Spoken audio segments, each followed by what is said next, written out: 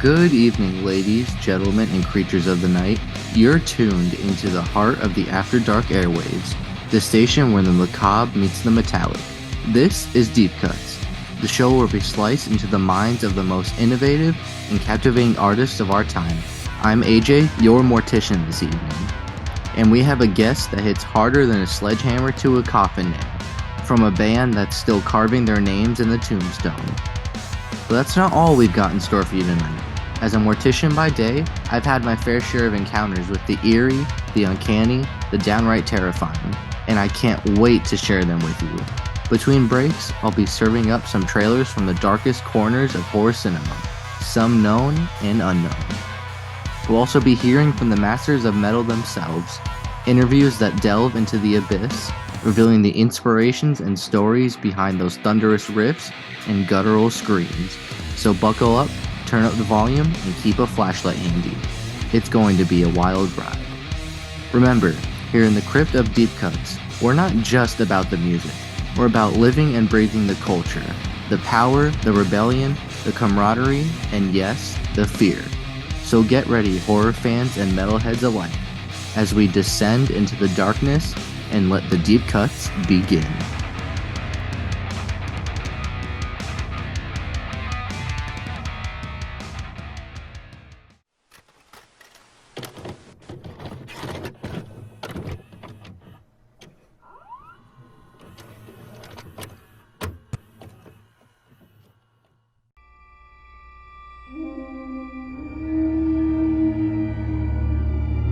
It's 1987.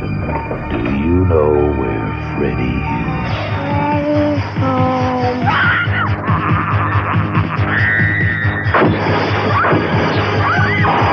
There's no waking up from this nightmare. A Nightmare on Elm Street, Part 3, Dream Warriors.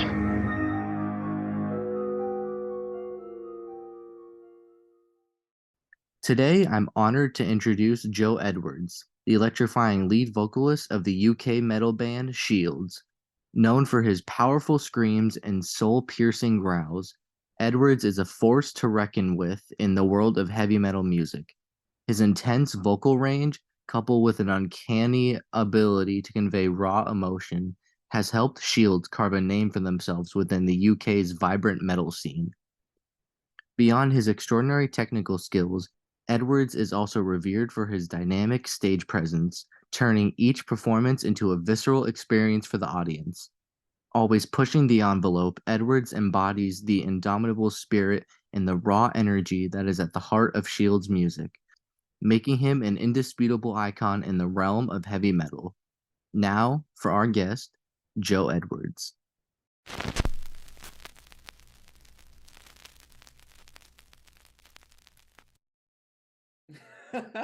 Oh, that's so cool, man. Where are you calling from right now? I'm in the US. I'm from Florida right now. Oh, cool, nice. Yeah. And Yeah. I got friends and family from the US, so just dotted around. yeah. Yeah. That's cool. Where are you located at right now? I'm in London in a place called High Barnet, which is effectively High Barnet is like it's not actually London, but it's on the London tube map, and it's like a very vague suburb, but it's on the tube, which makes it useful to get into town. So I'm in London effectively. Yeah. All right, sick. I just want to tell you, Life in Exile, one of my favorite albums of all time. Like, I truly mean it. Like, I even have a CD of it right here. Dude, that's so fucking sick. Yeah. That's so cool. I got it. I love having, the physical media, and it's been on repeat ever since. So That's amazing. Yeah, That's just want to tell so you that. cool, man. It always blows my mind when people like when they're still listening to us. It's super humbling, and I feel great about it because we worked so fucking hard on that shit, and then it just ended so quickly. So, I'm just grateful for anyone, including yourself, to just like listens to it still. Right. Yeah, Yeah. and when I saw that post that you guys were coming back, I couldn't believe it. Like, I'm like, it's like a dream come true, because I listened to this when it first came out, and like you said, it just ended quickly, and I was like, oh, well, shit.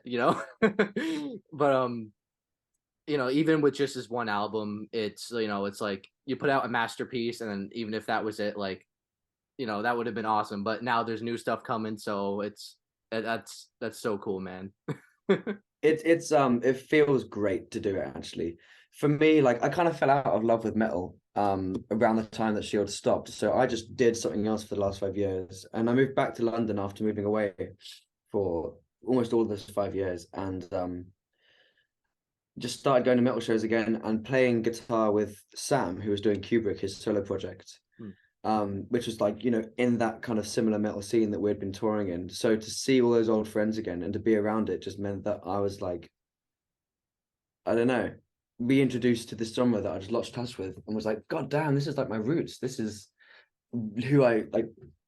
A big part of myself was built on this kind of music, and I feel so strongly about it and feel very passionately about it. And I'm just so excited to make heavy music again. So we just ended up really, I guess, coming together a bit more and making Shields a thing. In fact, I can talk about like how that came about if you want. Yeah, that's fine. Cool. Well, basically, so Sam and I, with Kubrick, his solo project, played a festival called Burn It Down. And our Hollow Our Home, who Alex, our drummer, and Larry, our bassist, had joined.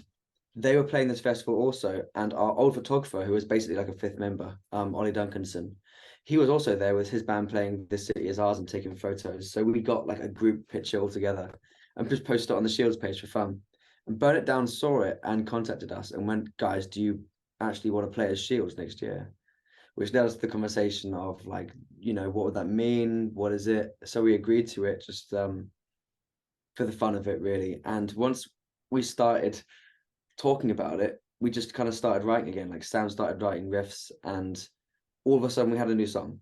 Like all of a sudden, like I was back in the booth with Sam putting vocals on it, and I was like, okay, I guess we're a band again now. So let's release some new music.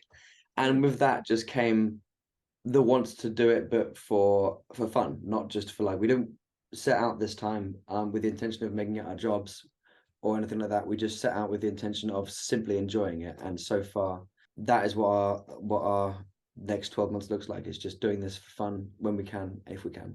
So there's not like any official like, big tour or big album yet. It's just, like coasting, see where it takes you.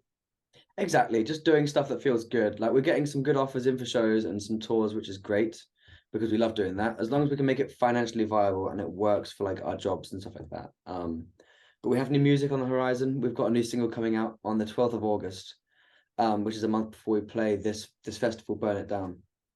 And honestly, I'm so stoked on it. I think it's some of the best stuff we've written. Dude, that's sick. Then that's awesome that it comes out August 12th. My birthday's on the 13th, so that'd be like Hell a yeah. little birthday gift. Well, happy birthday for August 13th. Yeah. Thank you. So do you want to like go back a little bit and talk about how Shields was like first formed, like the conception of it? Yeah, absolutely. So Sam and I have known each other for about 20 years. Like we're old best friends. I say old, like we have some age behind us. I've known Sam for the majority of my life, which is awesome. And we've just kind of stayed that way consistently throughout. Like our relationship has more or less been the same for the whole time we know each other because we've always just made music with each other. So we met in school about 11 or 10 years old, and we started playing in like rock bands together and like the school rock club and shit like that. And every lunchtime we were those two guys running to the music department on the dot at 12, and then we'd like get the last like scraps of lunch that were left at the end of lunch and just like rush to our next lessons. But music was just all we did together, and we were always kind of like reiterating this hard rock heavy band. And as we got older we got into heavier music, so the music got heavier and heavier, but it was always like this rolling continuous thing that me and Sam were a part of, in which we were always two members, but other members came and went. And eventually it became like a metalcore, crowdcore kind of band in which Sam was the vocalist and I was the guitarist. A little known fact about me is that I my first instrument is guitar, so a vocalist like with the secondary kind of thing. But at one point that switched, and then around that time, Shields was solidified as Shields. So we started writing for like a full length EP kind of thing, which became our first EP that no one really knows about. You can find it on YouTube, I think. But that was like, right back when we first started playing shows as Shields. Then we did, I Just Feel Hate. I think that was then like our next single after that, and that was when we kind of, I guess, people started listening to us properly, and we started getting more tours before doing our EP Guilt. But I guess Shields was just formed through the fact that Sam and I always made music together and were best friends and just spent all our time together. It just kind of came together around that friendship. I see you have like a Gojira hat. Is that like one of your influences when like writing or just conceptualizing your music? It's interesting. The influences. And so I love Gojira. I think they're fucking awesome. But I never think of them as like an influence. Like I haven't gone and written stuff that I've gone, I want us to be like that or sound like that. I guess there was like I guess I can talk about what our influences have been and are for like the foundation of Shields. Like Parkway Drive was definitely within like the top three bands that me and Sam were listening to that like influenced our sounds. I think we were just like excited by something that made us feel really good. So it was never a collection of things that were like specific. It was like, oh, that bit in this song sounded really cool. Like, oh, they did this really cool thing with the guitar. Let's like try that or whatever. Yeah, I think there's a few really important bands that stuck out for Shields throughout the years, and one is Parkway Drive, that's for sure. A big one I think bled into our sound in one particular era was Being as an Ocean, just because they were super emotive, and I think we were trying to do this heavy thing that also contained a lot of emotion as well. Mm. So they were always like a big. I guess you could say that was influence on us. Yeah, I've only got into Gojira kind of like in the last year or two though, so Oh. maybe not in the early Shield stuff. I wouldn't say they're influenced, but since I've been writing again, I'm sure the stuff I've listened to within this time frame, this 5 year period, has informed the way we write. I think the stuff we're writing now is quite. Is it different? I don't think it's different, but I think it's older. It's like more mature. Which I just think, like I said, is informed by the interests that we've kind of grown into separately throughout the years. What's your process like when you're creating new music or like when you get in the studio? Like, do you already have an idea for lyrics or is it like based on like a riff? So for me personally, because I do a lot more lyric writing than guitar parts, Sam is like an amazing just riff monster. So he bashes out amazing guitar sections like that. What usually happens is the song is written first and then lyrics put on after. Um, and that for me works because I am I'm dyslexic, so I never often think in words. So it's nice just to hear the sound first to inform the way I think the words should sound. I never kind of go like, oh, I'm going to write a song about this. It's like, oh, this collection of lyrics sounds really interesting over this part, and then I kind of explore that. And usually a meaning of the song comes from there. Or I guess there have been some songs that were, the idea that I wanted to write a song about something in the beginning with, but then I then go back to that same process of what lyrics sound good over this section, what vowels make sense over this noise. And so when we eventually get into the studio, we've demoed everything up to the nines and we have the songs ready and we just kind of re-record them with someone who makes us sound better than we could. uh, and has their own creative input in their own way too. But yeah, for me, it's really about, I guess, creating what sounds good is what I work with. And I Yeah. noticed on like the album credits, the lyrics are between you and Sam. Would you say like the writing is like 50-50 or is one do more than the other? Sam wrote a lot more of the album than I did, just because he was writing the guitar parts and he had like creative ideas for vocals as well. Being a super talented dude and a great vocalist, he's got like good ideas for vocals too. So Sam wrote most of the album, I would say. It wasn't quite like a 50-50 split, but there was also influence from Alex, who was the drummer as well. And Larry had input too. So we all had like a creative part in it. Yeah, I guess what's different now is that we're collaborating in a different way. We've spent 5 years not working with each other, although we've stayed really close and been hanging out and whatever. We haven't worked with each other in that time. So to come back refreshed and with new ideas of how to collaborate, I'm finding that it is much more of an even kind of split at the moment, which is also very exciting. Like that feeling of collaboration is amazing.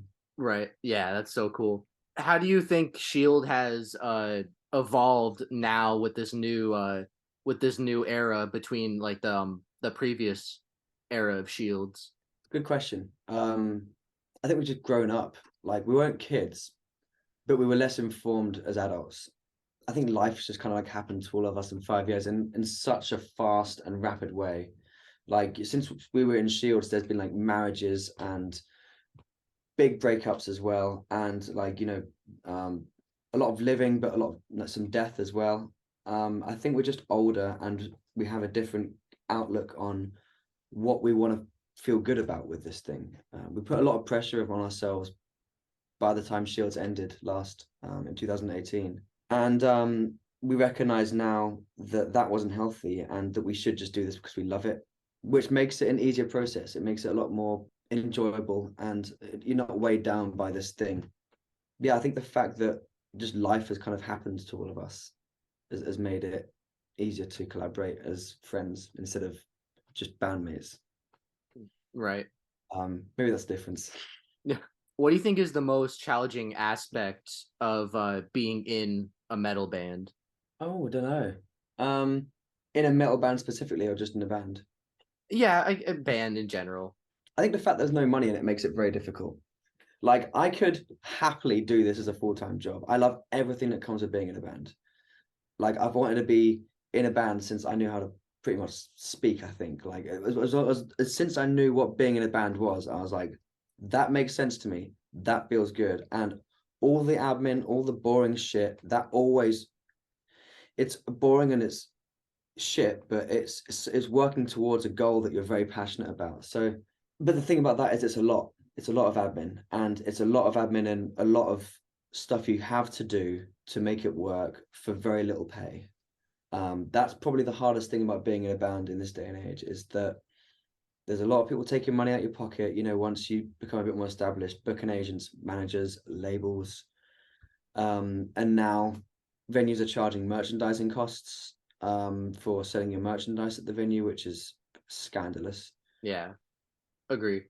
Yeah, it makes no sense whatsoever.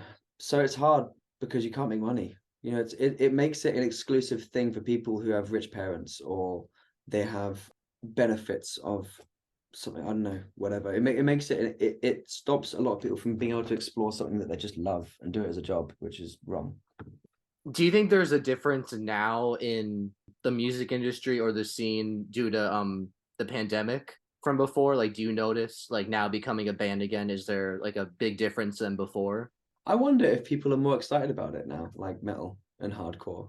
It seems like there's been like a spike in interest in the last 2 or 3 years, like the taboo of it. It's kind of like the modern day new metal when media was started to kind of talk about Slipknot and Deftones. And I don't think it's quite the same era and the same golden day of like new metal or modern day metal, but I do think that there is more popular audiences taking note of it, like Knocked Loose playing at Coachella. That's kind of crazy, you know. It's also amazing. Like people and Knocked Loose like touring with whatchamacallit. I think they toured with some kind of rapper. They opened up some like big rapper, like playing Red Rocks and stuff like that. So yeah, like I didn't know. That's crazy. yeah. I heard them talking about it on a podcast recently, and I was like, what the fuck? Like they were just on a rap tour. But yeah, I agree. If you have anything else to say about that. No, I think people are more excited about it now, which is really cool. And I think I am not a TikTok person, but we've joined TikTok, and I think TikTok has probably helped like metal and this kind of taboo thing, like the scary thing. People like that kind of people need to swing the pendulum one way or the other. It never sits in the middle, and that's why genres like punk and grunge and new metal all existed. Is because people got bored of very clean, squeaky mainstream stuff, and they went to slightly a dirtier side of music. Like it always happens, and it swings back, and it gets really poppy and clean and professional again. I think there's a bit of a swing in this direction. I don't know how far that pendulum is going to swing towards hardcore metal because it's still, it's a very aggressive, very abrasive sound that a lot of people don't like. But I think it's just exciting that there's a little bit of interest in that kind of area. So I think it has probably got a bit more, the better use of the word, commercial. Yeah, I agree. Especially what you said, like TikTok, like, bands like Bring Me the Horizon or like Motionless in White, they kind of got big during the pandemic with TikTok, and now you go to like I went to the Rockville Festival and Motionless was there, and it's like, the crowd was huge. It's like I don't ever remember seeing like their fan base that big before, you know? That's crazy. That's amazing and good. Yeah, yeah, exactly. Because Beartooth are like huge now as well. Like they all of a sudden Yeah. I blinked and they were just like, "Oh, we just sold out Wembley." I was like, "Right." Motionless were on that tour, which is why I mention it as well. Also, Yeah, same with Beartooth. Yeah, like I saw them their first year at Warped Tour when they were just playing on the side of a bus, like, to like maybe 70 people. no way. That's so cool. And now to see them, like sell out Wembley, it's like it's crazy, you know? It's nuts. To think that, and also Sleep Token. Let's not forget Sleep Token, who Yeah, who sold out Wembley, the same venue, in 10 minutes. That's 10,000 tickets. man. And like That's they just nuts. yeah, that's insane. So yeah, like the genre becoming this popular again is really, really cool. Yeah, it's very exciting. It's really cool. And fucking exciting for those like Sleep Token especially who just came in the last 6 years and did that. Mm. Yeah. Are there any dream collaborations that you love to have in the future? Well, that's a good question. Well, one of which was working with our friend and one of my favorite producers, George Lever. But we've just done that with our new single, so that was awesome. I mean, I don't think they'd ever work with us. We do know the band Loathe, and I love their music, but I don't think they'd ever touch us musically. Oh, I Um, think they might. that'd be very cool. I don't know if we're cool enough for Eric. That I don't know really. I hadn't thought about collaborations. I get to collaborate with my best friend, so that's also a great thing. Mm. Um, he's an amazing writer, Sam. So that's fun. Yeah, good answer. Yes. Is there a story behind the latest single, like lyrically or just instrument wise, like anything different with it? Oh yeah. So the lyrics I wrote for this, I kind of designed the theme around the phrase nocturnal pollution, which is one of the lyrics in the song. The song's called Bury Me, and it's about a nocturnal pollution.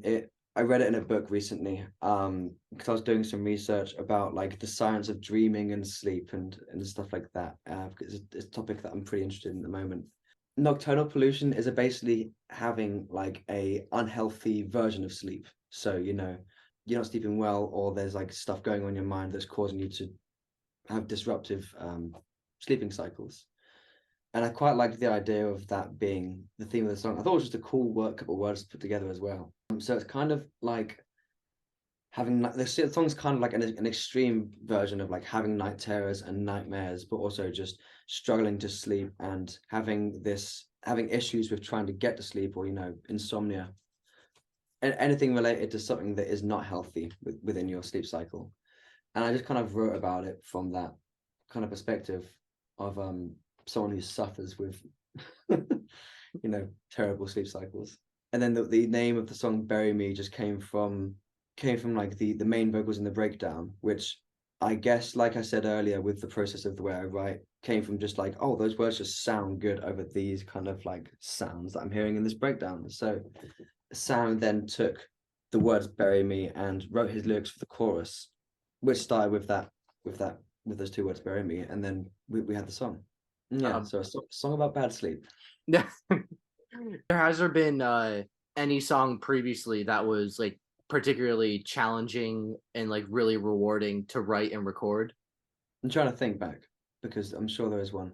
Do you mean like emotionally or technically? Would you say? Any of them, any that have been just, like challenging or just hard for you to get through. I feel like Akigahara, which is the final song on our album, was probably quite hard to get through. I think it took us ages to, if I remember correctly, it took us a long time to finish the vocals on that. Like recording it was all right because we had finished the song already, and all it took was just doing it better and longer Mm. for the album. But I have the feeling that that song was particularly challenging to write lyrics over because it's quite a complex song.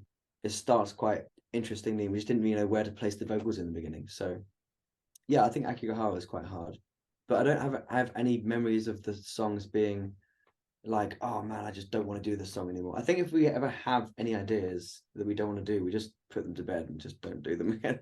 Ah. Yeah. Just like, oh, well, that's not working. Let's start something else. Which is probably why the album took so long to write, because there was like Sam wrote so much stuff, and we'd like start things and put them to bed, and then we'd start something else and put it to bed. And it was just a long process of elimination, I think. Hmm. The album in itself, I think, was just hard to do because we were touring so much as well. And we weren't touring in buses, we were touring in vans. So it wasn't exactly like we could just set up a recording station in the back and write. It was like, wait till we get home, recover from tour, write in the 2 weeks we have to write in before we go on another month-long tour. Okay. Yeah, I think writing an album just in general is just hard work. That was probably the milestone for me. It was just like finishing the album. Not playing a Shield show in a long time. Do you think it's going to be challenging, or you think you're just going to get right up to going back to playing a show again as a band? I don't know. I've actually started training so I can like do it to the best of my ability. Oh, really? You know, like, yeah. Like I try and keep fairly healthy anyway, but I've started like calling my friends when I'm doing my cardio so that I have like the heavy breathing plus the talking plus the thinking all going on at once. Right. Yeah, so I'll just be on like the CrossFit cycle machine or whatever in the gym, and I'll call someone so that I can get used to regulating my breathing without thinking about it.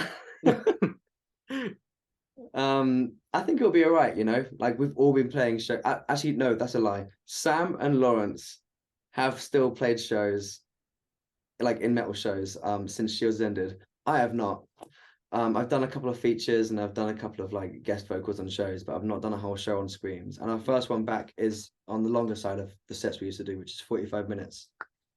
So yeah, I'm just trying to prepare my body for it. Just I think I'm gonna treat it as a workout. Right. Like have some pre-workout before I go on stage and just jump about. Something like that. I think it'll be okay. I'm actually quite confident that we're gonna be all right with it. Well, I'm pumped, even though I can't travel to the show. But I'm excited to have you guys back. Oh man, I'm so excited about it. I feel the same. Yeah, hopefully you guys can come to the States soon for something. You know, that's actually a bucket list item of mine. So I'd love to go to the States. If we can get to the States, that would be like, yep, I'm gonna quit my job, I'm gonna tour the States. You haven't done it yet? No, we've never toured the States. Like we've all been there, but actually no. Well, Sam and I have been there on separate occasions, and you know, it'd be fun to go to the places where like our families are, but also just the fact that it's huge. You could just tour it for like 2 months straight. Right. Yeah. Well, hopefully that will happen soon. That'd be so cool. Fingers crossed, man. I think now that Shields is back, I'm kind of excited because it means that that's potentially on the cards. You never know. If we get the right tour, then yeah, I'd absolutely be over there.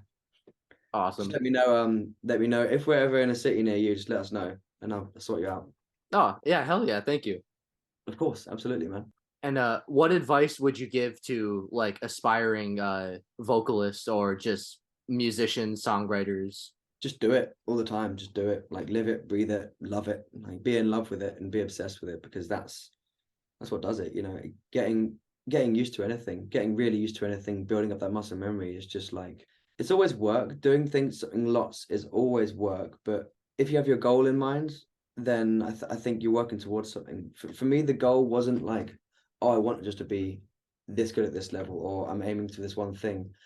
My goal was just to be better and just as good as possible, and just the most explored version of myself that was like impressionable and interesting, and that made people feel good as well. So I kind of had this goal of like creating this version of myself that just felt amazing to see from the audience, I guess. Like for me, everything I did in music was all about the end goal was always on the stage. So how's that going to feel for the audience when I do this, or when I make this sound, or when I move like that, or just when I make this noise? You know, be obsessed with it. I was obsessed with just making it good and making it interesting and fun and cool. So and that excited me. I really thrive on getting obsessed with something and just doing it till it's dead. So I think that's, from my perspective, the best advice would just to be find whatever it is that you love, like really truly love, and just explore it and just love it and be excited about the things you don't know and getting better. Hmm. I think it all comes with just the love for something. All right, that's perfect. Thank you so much for that. So at this point, is there anyone you want to like shout out, any person, anything that's happening that you want to just get out there for people to hear? Oh yeah, like our new drummer Marcus. He's currently playing with Throne. He's on tour with them right now, playing drums for them, and he is just the nicest dude, but also makes amazing music under the name Lilith XM. So absolute 100% shout out to him because he's a great dude and makes awesome music. Yeah, I'm gonna go and stick with that. That's my shout out. Yeah. And is there any new music, any band that you want to give a shout out to? Oh yeah, who am I listening to right now? Spitting Teeth, Splitting Teeth. Again, the dyslexia names don't stick. But Sam actually writes for them. But their vocalist Joel was in a band called Silent Screams, and he created this band called Spitting Teeth. Splitting Teeth. God damn. They are in our Shield Spotify kind of playlist that you can find on our Spotify and Instagram and all that kind of stuff like that in our artist pick. But Joel is like one of the best metal and most underrated metal vocalists I've ever met. Like his deliverance is super emotive and like really fucking heavy, and it's just straight to the bone. Like you really understand what he's saying and feel it as well. He's got a good deliverance. Yeah, he's awesome. That band are And great. he's the vocalist featured on Mother, right? That's On correct. Life and Yes, Death the Sound? same Okay. one. All right, sick. Yeah. Yeah, that's the one. That's actually one of my favorite tracks off the album and one of our least listened to, as it happens. Oh, that's sad. I love that one. I know, me too. We're still gonna play it live. It's in our set list. Oh, dude, that song it's so dirty, you know? Like it's just the guitars and the breakdown, Oh. just it's so disgusting. It's nasty, man. That bit when it slows down, it's like drink, drink, drink, drink, drink, Yeah. drink, drink. It's just like I love playing that song so fucking much. It's like one of the ones I'm very excited to get back to playing. Oh, dude, I would kill to hear that live. Oh man, well like fuck yeah, I wish I could transport you to a gig that we're playing, but hopefully we can come to Florida. That'd be awesome.